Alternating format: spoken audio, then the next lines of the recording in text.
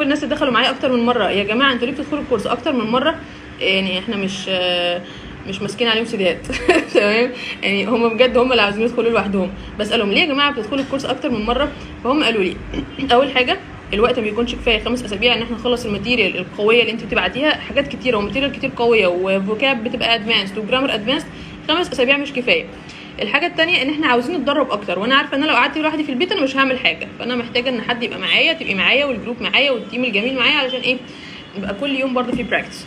طيب ايه بقى كمان حاجه تانية بنعملها في الكورس؟ حاجه من الحاجات الجميله جدا هو الكلاب اللي احنا بنعمله. ايه بقى الكلاب دوت؟ الكلاب ده انا بدي السيشن مرتين في الاسبوع، ولكن الجروب المفروض ان هم بيتقابلوا بقى زي ما هم عايزين يتقابلوا مرتين. انا بقول يا جماعه انا عايزاكم تتقابلوا من مرتين ل3. سماح فعلا مش كفايه، ماشي سماح انا بقول للناس يا جماعه عايزاكم تتقابلوا من مرتين ل3، بس فعلا في ناس بيتقابلوا 4 مرات.